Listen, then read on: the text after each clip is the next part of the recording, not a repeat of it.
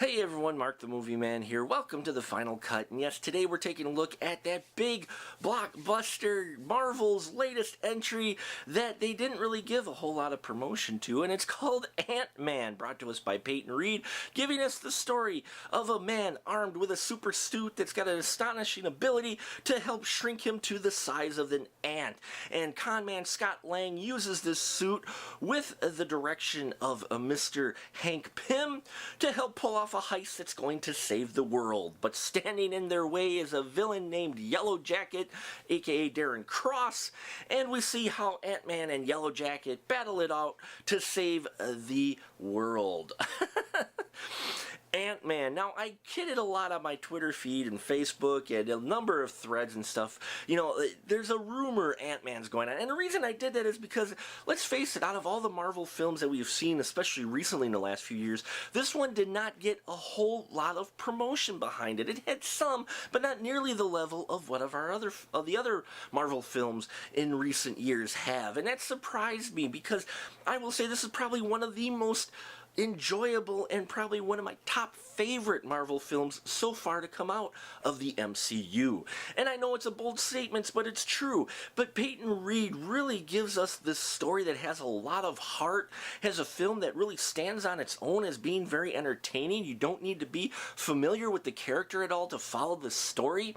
And I will say probably a couple of the weakest parts in the film are the film where they try to make it work within the MCU. A bold statement, I know, but this is true. Now, Paul Rudd did great as Scott Lang. I loved his Scott Lang, a really great mixture of kind of common guy trying to keep, you know, just do the best and try to be a father for his daughter and all, you know, shed his past, but all the while being pulled in and using his talents to save the world, and, you know, his kind of struggle with that. I liked his performance here, and it was a great duality between him and Michael Douglas's character, Hank Pym, because both are fathers trying to deal with their relationships with their daughters, which have been on rocky roads. Here, Michael Douglas's Hank Pym has a daughter, Hope Van Dyne, who's played by Evangeline Lilly. Loved the chemistry between Michael Douglas and Evangeline. Felt very much like a father-daughter relationship that had some struggles there. They still care for each other, but the Hope Van Dyne character was a strong female role, though we don't get to see her as much as the other characters. Obviously, the title character, Ant-Man, would have liked to see her a little bit more, but the roles and scenes she does have, and she is playing a stronger character. And the fact that they have both these guys dealing with the same situation was great to kind of bridge that gap, you know. And Michael Douglas was great in here. They did this special effect where for a flashback scene where he looks younger. Wow, did they make that look really good. Did not look enhanced at all, and props there for makeup and CGI that was probably involved in that. Made it feel like you were getting a window to the past. So enjoyed that bit of it. Most of the special effects in here stood out really well. Loved the little small, you know, when he went to the Ant-Man size and then jumped to the big, you know, normal size again. Loved how they played off those scenes. Now, some people have commented about how the ants looked, and I will say the ants did look a little bit cheesy in here, but for me, this whole film had the feel of kind of a 50s sci-fi superhero vein to it, even though it's in modern day.